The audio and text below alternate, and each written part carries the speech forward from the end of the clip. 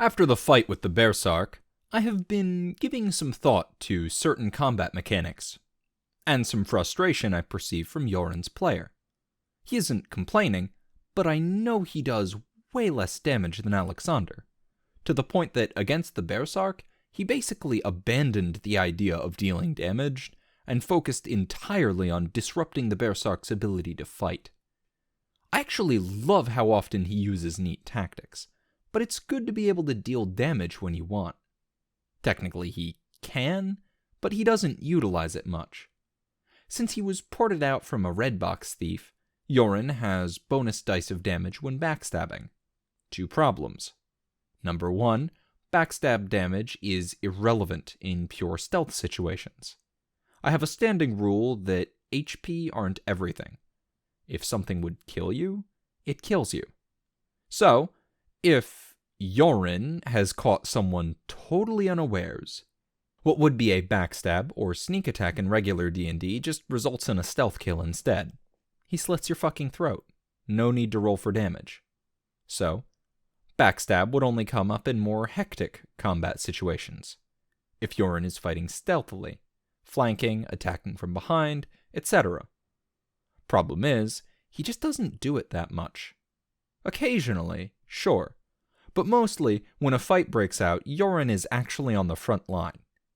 He gets right in the enemy's face, bold as fuck, dueling with the slender steel sword he got from Olivenko and a narrow-tipped armor-piercing steel dagger he got from Giancarlo. So, no backstab then either. Maybe he doesn't want to backstab at all? I have an idea for a new mechanic. A dueling, precision strike-based damage buff. Basically, the way it works is like this. The enemy rolls armor protection, and you roll penetration per normal. But if your penetration completely erases their armor, i.e. you have achieved full penetration, yes, penetration rolls are occasionally punctuated with giggles and adolescent innuendo, then you get bonus damage. It's a swingy mechanic by nature. Either you dish out a lot of damage, or very little, without much middle ground. That's okay. We like swingy. I suggest we could get rid of Yoren's backstab. Replace it with this new ability. We jokingly call it face stab. Yoren's player loves the idea. Writes, face stab, plus 3d6 damage when full pen on his character sheet. And we're stuck with that name now, aren't we? Yep. 5 years later, I can definitely say it. We're excited. We feel like this will give Yoren more flexibility, ways to dispatch foes as quickly as Alexander can. Under the right circumstances, at least. Little do I realize that I have just planted a seed. Today, they call Yoren a black magician. He comes and goes like a shadow, has eyes everywhere, can call down fire and brimstone to smite his enemies. And when all else fails, he's a wizard of blades as well, able to pierce any defense and unerringly find your heart. This shit is all like 70% true, at best. But I blame his face stab and penetration tears for some of this mythos. Anyway, Steelshod make their way to Torva with all haste. As they approach, they can clearly see that Cox's scouts were right. There are troops massing around the northern side of the river. Quick spatial reminder. Torva is an island fort with 2 bridges spanning the river. The bridges are well fortified, castelline work. Beyond them, on each side, is a sprawl of a township, surrounded by much shittier wooden walls. Steelshod is approaching from the north and see that the northern town is under siege. As they continue to scout the edges of this camp, they come to a realization. It's not sieged by Svards. Remember, Alexander is the 3rd son of a Ruskan Bayard, a lord. He is well trained in Ruskan nobility, and even from a good distance, he begins recognizing banners. Torva is under siege by Ruskans. Specifically, these armies are flying the banner of Dmitry Bogdanov, the Bayard of Yerevan. Dude was pretty chill when Alexander and Yoram met him a few months earlier in Part 2. So what happened? Alexander sees a number of other banners. Lesser Yerevan'i Boyards, vassals of Bogdanov. Yerevan is a major trading hub, a rare Ruskin city, with shitloads of infrastructure, farms, mines, etc. to support it. So it's no surprise that Yerevan has a number of subservient lords to manage all of its territory. But identifying the Boyards doesn't get them any closer to understanding why the Ruskins are invading Cadia. Alexander considers the angles. It's not totally incomprehensible. Cadia's trouble with the Sfards only appears to be growing, so they're distracted. Torva's in a weakened position. Most fighting men have already been sent to join the armies in Arcadia, on the border, downriver from Yerevan. So resupply would be easy. They would just provide a great staging position if Rusk wanted to further invade Cadia. Or encircle and swallow up Dunridge.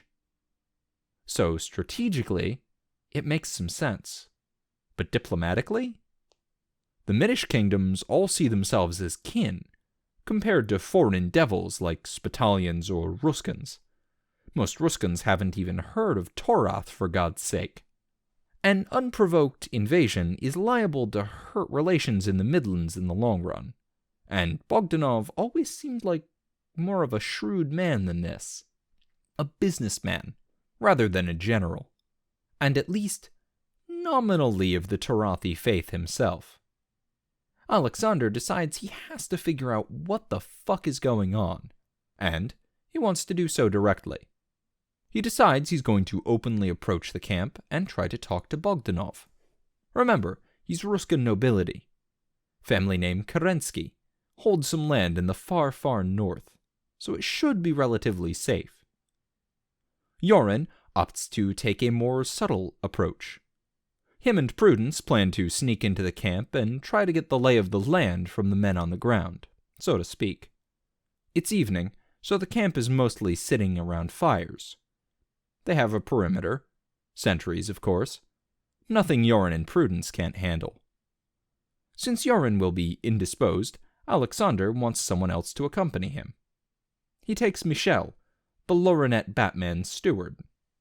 Together, they ride directly for the Ruskin camp. Sentries intercept them. Of course, this distraction provides exactly the opening Yoren and Prudence need to get inside. Alexander speaks with the men guiding him in. He quickly discovers that Bogdanov is dead. The army is being led by Bogdanov's captain of the guard and Chief Druznik, the Ruskin equivalent of a knight, a guy named Boris, which makes very little sense. The other Boyards shouldn't be following a Druznik captain. Apparently, Bogdanov was killed by Torathi agents from the Midlands, from Cadia specifically, which also makes no sense. Boris's first act was to begin rounding up the Torathi faithful, driving them out of the city, or executing them. Then, he called in Bogdanov's vassals, raised an army, and went downriver to invade Cadia. The lack of sense is becoming a pattern. Alexander is very concerned.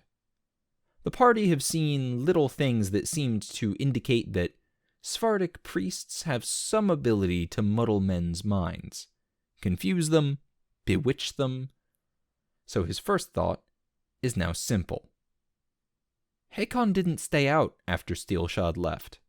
He slipped back into Yerevan and continued putting some kind of mental whammy on certain people. Alexander and Michel are taken to a big pavilion and told to wait. 2 guards stay with them. They insist on disarming them, but they're a little apologetic about it. Alexander can tell these guards are nervous, uncomfortable. Perhaps uncomfortable with their presence here? Maybe because most of the troops haven't had their heads fucked with. Alexander looks a guard in the eye and tells him that his sword was a gift from his father. it is the Kerensky family blade. He tells the guard he needs a vow of honor that the sword will be handled with care and returned to him when he leaves. The guard nods and gives Alexander his name and his word of honor that he will do so. Alexander unstraps his sword and hands it over. Michel gives up his blades without as much fanfare, but Alexander knows the steward keeps a knife in one sleeve, and his sling is tied under his belt, concealed. Boris enters the pavilion, flanked by 6 more guards. Alexander asks him what's going on. Why is he here? Why invade Cadia? Boris repeats the same lines Alexander heard on his way in.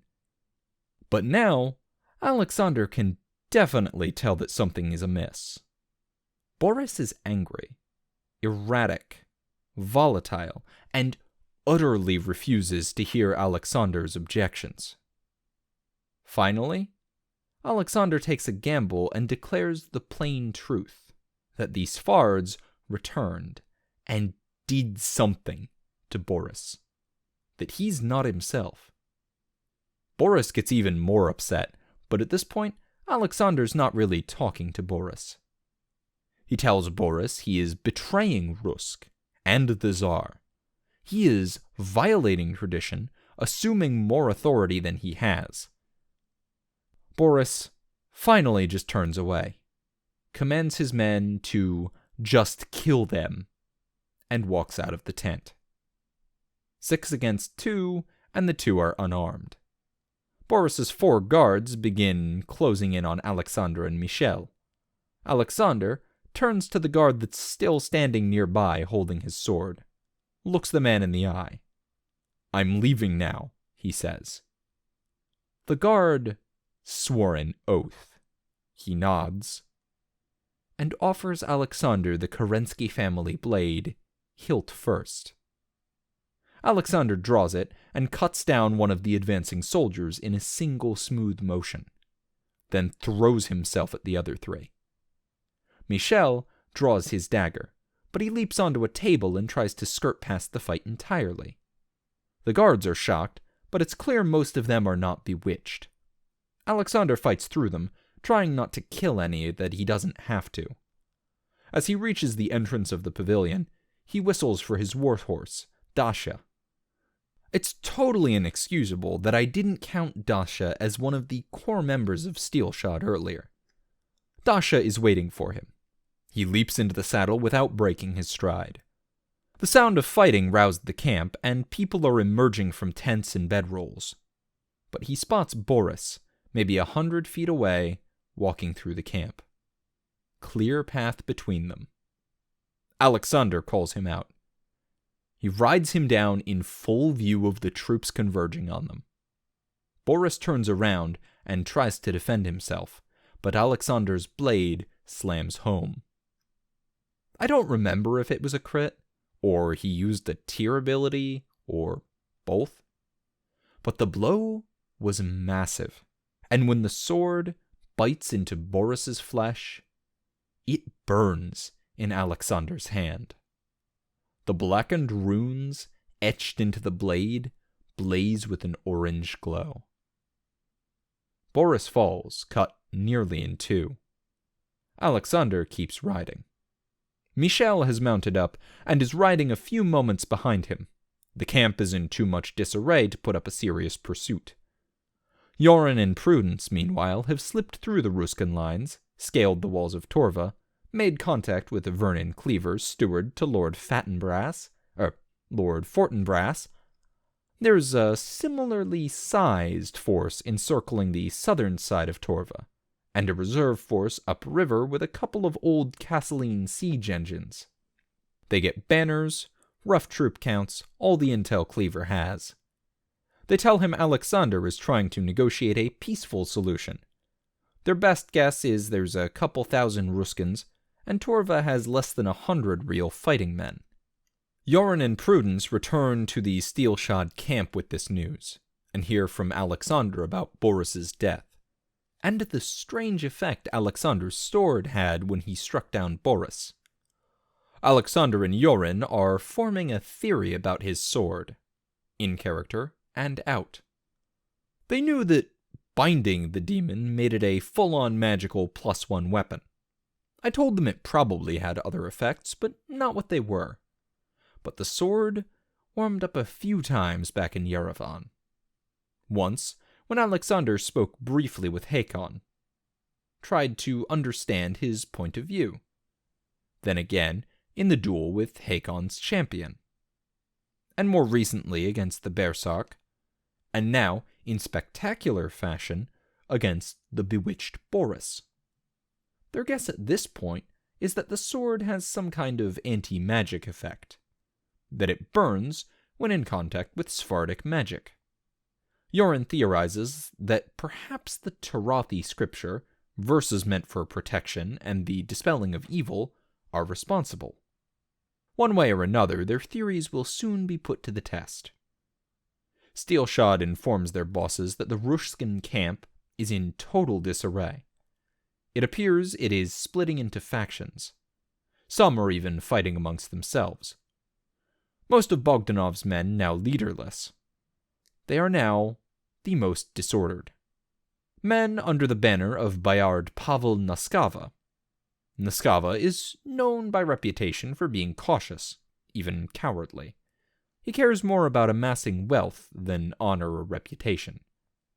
Naskava's men are keeping to themselves, turtling in one corner of the camp. The third group are under the Proskovia banner. Alexander doesn't know much about Fyodor Proskovia, except that he has often fought with one of his neighbors. That'd be the fourth faction, Bayard Yuri Stanislav. Stanislav is a warrior through and through. Brash, aggressive, he loves battle, and he constantly skirmishes on his border. It appears there is some jockeying for position between him and Proskovia. Yorin and Alexander realize that the best time for them to act is now, when the camp cohesion is falling apart. Alexander recognizes that most of these men probably don't want to be there. It's likely just a few at the top that have been fully ensorcelled by the Sephards. So, they head back to the camp. They also hope their guess about Alexander's sword is right. Alexander hopes to test it in a less lethal fashion next time. They pick up the cowardly Bayard Naksava as their first target. Sure enough, they have no difficulty getting into the camp. Alexander is Ruskin after all, and clearly a Druzhnik. They bullshit their way to the heart of Naksava's territory. They approach him openly, ready for a possible fight. They picked right. Naksava is wary, but willing to speak. Alexander makes their case, that this is not a war they want to start. Especially not without the blessing of the Tsar. Naksava listens. Somewhat resistant, but clearly not as much as Boris. He definitely seems off. He argues too strongly for someone normally so careful. Even so, they start to break through. He agrees that perhaps they should retreat, but he's not willing to do it alone. Alexander also tries to explain his theory about Hakon's magic muddling the minds of some of the Bayards, and his belief that his sword may be able to break the spell. Naksava scoffs, but he admits he did meet with the Sephardic priest, Hakon, when he went to Yerevan after Bogdanov had died. Alexander offers to let the Bayard touch the hilt of his family blade. What could it hurt, right? Naksava does it. Black runes glow orange. Naksava gasps with pain. Alexander feels the heat too. They both take some damage. Naksava's men rush to intervene. When the heat fades, though, Naksava waves them off. He's pale, slightly injured, but moreover, he's pissed. He says he felt as though the heat was burning away a fog that had settled over his mind. He's now 100% behind Alexander's plan, recognizes this was a terrible idea, and he wants to be the first to back out, so that when the Tsar hears about this clusterfuck, if heads start rolling, his won't be one of them. Naksava and his men are able to wrangle a lot of Bogdanov's leaderless men. He's a Bayard, after all. And unlike Stanislav and Praskovia, he isn't trying to get them to fight other Ruskins. They try for Praskovia next. They find that Fyodor is dead already. He was killed in the fighting. His eldest son, also known Fyodor, is struggling to maintain order. Makes getting him on board relatively easy. Alexander is a persuasive guy, and the younger Praskovia doesn't really know what he's doing yet. He doesn't appear to be magicked either. At this point, they have Stanislav massively outnumbered. He agrees to talk. He doesn't seem interested in calling off the siege, though. He laughs when Alexander and Naksava talk about Svardic magic. He humors them, touches the sword. Nothing. It makes some sense when they think about it. He wasn't exactly a hard sell on this war. Stanislav agrees to stand down, for a little while anyway. He recognizes that he's outnumbered, and the other Bayards on the side of Torva seem intent on pulling out. There are 2 more Bayards in the field, both across the river. One surrounding the south side of Torva, the other in reserve with the siege equipment. Naksava believes they are both magic the way he was. It's nearing midnight, but Yoren and Alexander don't want to let this opportunity go. They take a few members of Steelshod. They enter Torva via the northern gates. They fill in Cleaver. They explain that they want to try to hit the other Bayards as well. Break the spells that are hopefully on them. Cleaver sends them off the island from a hidden dock. They row a small skiff upriver and beach it near the reserve force. This camp belongs to Bayard Vladimir Vershenko. Vershenko controls a lot of river territory and most of the Yerevan region's shipping. This camp is far enough upriver, and it's late enough, that they have no clue what's happening in the north camp. All's quiet. They see a lot of beached boats, barges, etc. To Alexander's mild chagrin, Yoren silently eliminates a few sentries and gets them into the camp. Yoren also sabotages the 2 catapults they have in position, just in case the negotiating side of things breaks down. Yoren manages to get Alexander into Vershenko's tent without sounding an alarm. They hold him at sword point and calmly explain the pickle he's in. When the time comes for him to hold Alexander's sword, well, what choice does he have? He does as they ask. Cue searing pain. No way to keep that quiet, so there's some shouting from nearby tents. But, as with Naksava, the pain fades.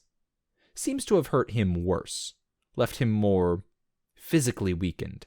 But it left him clear-headed. He curses the fucking priest that he met in Bogdanov's court, staggers out of the tent and tells his men to stand down, and agrees to help Steelshod undo this farce of a siege however he can. Just one camp left.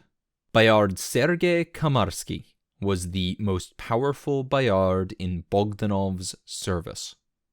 Controls huge tracts of the best farmland in the area, and has about 3 or 4 times the serfs as any of his peers. Hence why he is managing half the siege by himself. Vershenko also warns that Kamarsky spent a lot of time in private conferences with Boris and Hakon before the Svardic priest left. Alexander and Yoren wonder if the cleansing fire is worse the more enchanted you are, and if it can be so bad it kills. They have no better alternative, though. They spend a few hours getting things ready as the sky turns gray in pre-dawn and Kamarsky's men start getting up. They find that the reserve forces have mobilized. Vershenko's men have encircled their flank. The gates of Torva have been thrown open. The Boyards of the north side, along with a few dozen Druzhniks, Cadian soldiers, and Steelshod, have assembled on that side. All of the Boyards approach Komarsky's camp together, with Alexander and Yoren. They meet with Komarsky, try to talk him down. It becomes clear to the party that Komarsky is in a state of mental torture. The man has always had a rep for being loyal and honorable to a fault. Alexander's appeals to his sense of duty and honor should work. And each time they almost do, Komarsky's face turns distant, confused, and he shifts away from the argument. There's nothing else for it. He needs to touch the sword. They basically have to break the parley to do it. They wrestle him down and hold the sword against his chest. It sizzles. He screams for a long time. When the heat and the glow fade, Komarsky is still alive. Barely. Exhausted, haggard, looking like he just aged 10 years. He tells his men to stand down. He agrees to end the siege and go home. None of the Boyards, save maybe Naksava, are especially happy with Steelshod or Alexander, but they agree that the invasion was a mistake of massive proportions, and they have to go home immediately to begin damage control if they want to avoid the Tsar's wrath. So, that's the story of how Steelshod ended a siege in a single night. As accomplishments go, this is the first one that will really get legs as a fireside story.